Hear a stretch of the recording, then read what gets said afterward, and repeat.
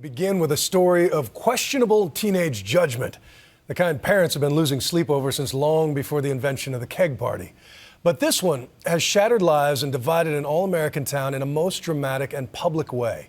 It involves two high school football standouts, a 16-year-old girl from across the river, copious amounts of alcohol, and accusations of sexual assault, all swirled together in a social media culture where reputations can go viral in a blink. After day two of this trial in Steubenville, Ohio, ABC's Elizabeth Vargas has the latest details.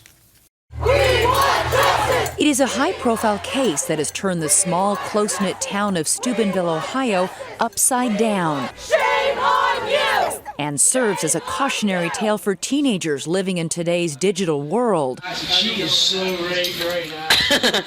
Two high school football standouts are charged with sexually assaulting an intoxicated 16-year-old girl over the course of a long night last August. And after 6 months, the case is now in court. The question, was the girl too drunk to consent to sex? The defendant was substantially impaired, so she could not resist. She could not consent. Prosecutor Marianne Hemmeter laid out her case. You will hear from a lot of teenagers, and I imagine that portions of this testimony won't be easy to hear, but at the end of the day, the state will prove the counts that they are charged with. But beyond the court, the case has been playing out ferociously on social media since the night in question. The two defendants, Malik Richmond, 16, and Trent Mays, 17, apparently had already been prosecuted, defended, and judged in blog posts and YouTube videos, on Facebook and on Twitter. My job is to stay focused on the evidence and not try this case in the social media. The only thing that we want to do is determine what the facts are, what the truth is. One cell phone photo circulating from the night sparked outrage. The two defendants carrying the alleged victim by her arms and legs. She appears unconscious. You have an alleged victim who doesn't remember what happened that night. So this picture becomes absolutely crucial for prosecutors who are trying to prove that she was substantially impaired such that she couldn't consent. Malik Richmond, who maintains his innocence, spoke to us in an ABC News exclusive. Malik says the 16-year-old girl was awake and a willing participant in the photo that was a joke. So you just grabbed her and that was a fun picture that you took? Well, after that, I didn't think it was fun, but at first, during that moment, in the yes, moment? Yes. It was a joke picture? Yes, ma'am. So you weren't carrying her out? No. Walter Madison is Malik Richmond's attorney. The photo is what it is. The photo doesn't suggest that a person is substantially impaired. It just suggests that a person is being carried. You don't think that looks like substantial impairment? We don't care what it looks like.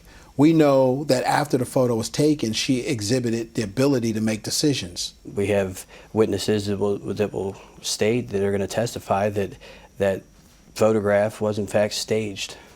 The boy's lawyers will try to make the case that the alleged victim was not incapacitated and that she was alert enough to remember the passcode on her phone later that night, even though witnesses say she was stumbling and vomiting. So you weren't thinking that a girl who keeps repeatedly throwing up was pretty drunk?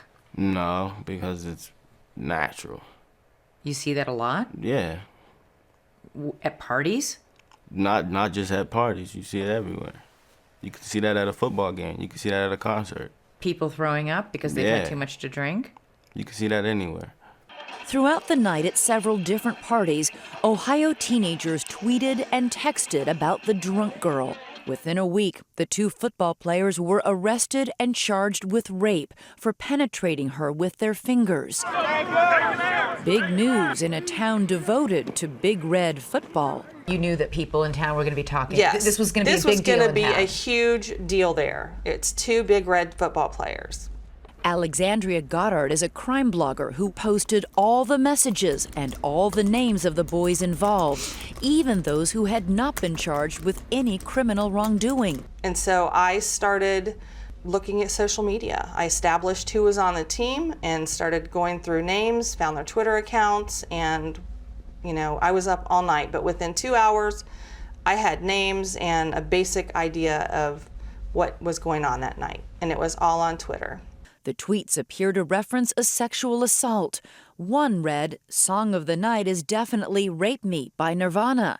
Another, "Rest in peace to the person that died. You went out doing it big." She's deader than a doornail. Oh my God. And even more shocking, a cell phone video of a boy laughing about an alleged assault is posted online by the group Anonymous. She is so raped right now.